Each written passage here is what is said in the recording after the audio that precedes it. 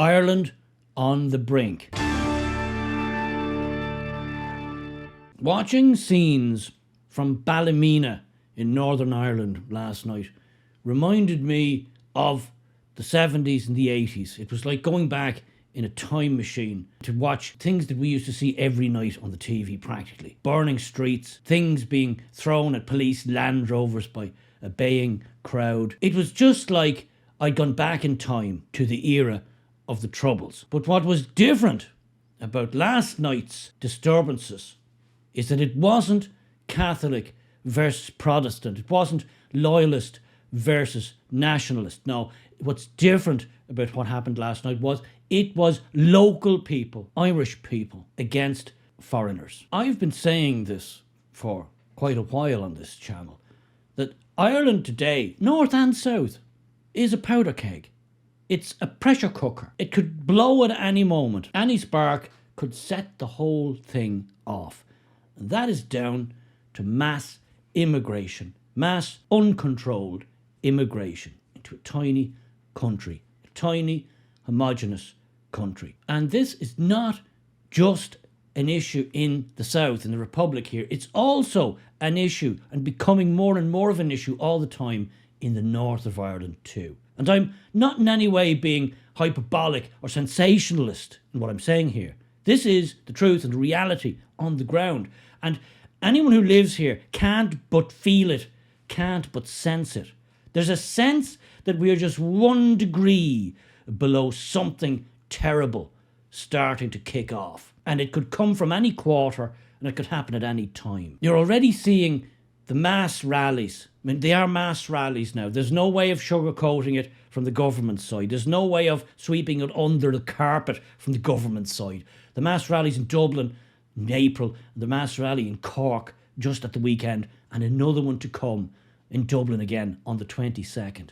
That's an outpouring of anger, a sea of tricolours, all protesting against what the government is doing, against the wishes of the ordinary people, the overwhelming majority of ordinary people. And now the north of Ireland is starting to experience similar levels of anger, because again, there are housing shortages. Again, there's government mismanagement. And again, they are now saddled with many different types of people coming into settled communities. And in the case of Ballymena last night, it is alleged that one young girl, underage girl, was raped, shall we say, and various other girls were sexually assaulted over the past while by a group of young Romanian Roma adolescents, teenagers. Well, the locals in Ballymena were absolutely incensed, and they came out to peacefully protest. Catholic and Protestant marching together, shoulder to shoulder, against this travesty. So you're part of the family. I don't know what to say. I'm not going to say sorry because I'm sure you're sick of hearing that. What happened? I'm not going to really say too much. I don't know too much, to be honest. But she was taken into a house and brutally sexually assaulted on Saturday evening. So she was taken into the house, sexually assaulted. There was a mattress in the garage. There was a mattress. Do you know, was there more than one man? 3. 3 men, right. So, so you're here. Fair play to you. I can't believe the crowd has come out to support these guys, you know what I mean? It's absolutely immense. There's no flags, there's no shouting. It's totally respect. It's totally respectful. It's not about, it's a child that's been hurt, and it's 3 now. It's 3 incidents. 2 weeks ago it was brushed under the carpet. I wasn't aware of the one before that. Yeah. But the child 2 weeks ago was the same age, and it's absolutely disgusting. Right, absolutely disgusting. Yeah, I don't want my kids going anywhere. I know it's really difficult, and I really appreciate speaking out. And I always say to people, anybody I come up to, you know, this is the time to speak out. You know, it really is. Yeah, definitely. And like I say, the media aren't helping us. The government aren't helping us. The only people who can help us is us, and we need to find a system. We need to find a system amongst ourselves to stop this happening. And I don't know what the answers are. Like, you know what I mean? I can do this every night. Yeah, no bother, and we will as a family do it every night if we have to. Yeah. But something has to be done. Like, I mean, I was going through the town the day, and it's usually spot the white man. There was nobody about the day. They were all staying out. I don't know. Well, Because they walk about here in their pyjamas, they walk about here like absolute gypsies thinking they own the place. Yeah. Enough's enough. Yeah, enough is enough. And this is the thing, you know what I mean? And especially when it's 3 14-year-old boys have been arrested for this. They're kids too. Well, so they say. Let me tell you something. We don't need. We'll see at the end of the day. If they come with the ID, this is the thing. There's the undocumented men, so they can say whatever they want to say. I follow all these platforms. I've seen that they've been into schools saying that they're school age. They've been hounding girls, and then it comes out and they've maybe been done for gun charges or whatever else when they've in their own country. This kind of thing is happening with more and more frequency, both north and south of the border. And the government tries to turn a blind eye.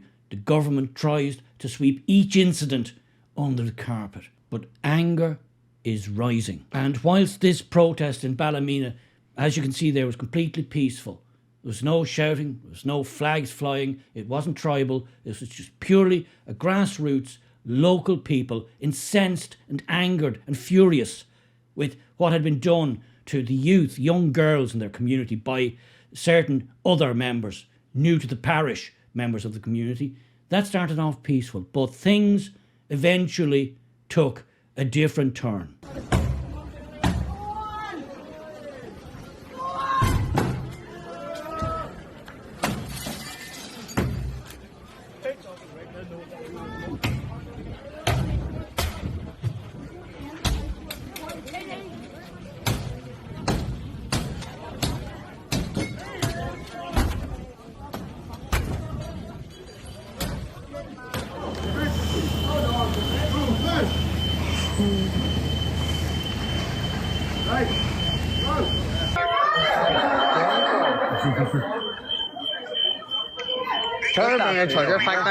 Aye, there's Johnny's live. Look how many shoes he has.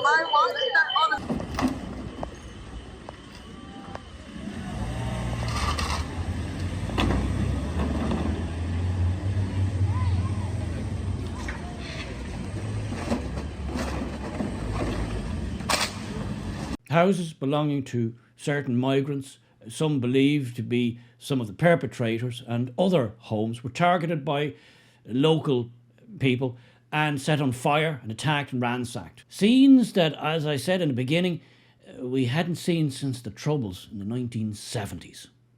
Are you coming to answer what?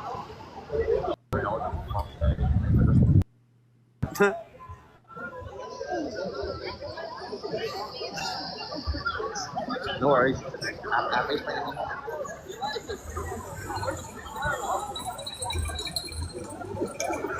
But these scenes of mayhem, these scenes of destruction, these scenes of fires being set in the streets, homes being set alight, they're not Catholic against Protestant or loyalist against nationalist. This is a whole new paradigm. This is something completely different. Mass immigration, mass uncontrolled immigration, and the transformation of once settled communities in rapid time, at a rapid pace, is causing all kinds of friction, and it's causing all kinds of frustrations. And when these newcomers start committing heinous crimes on the most vulnerable members of society, something's got to give.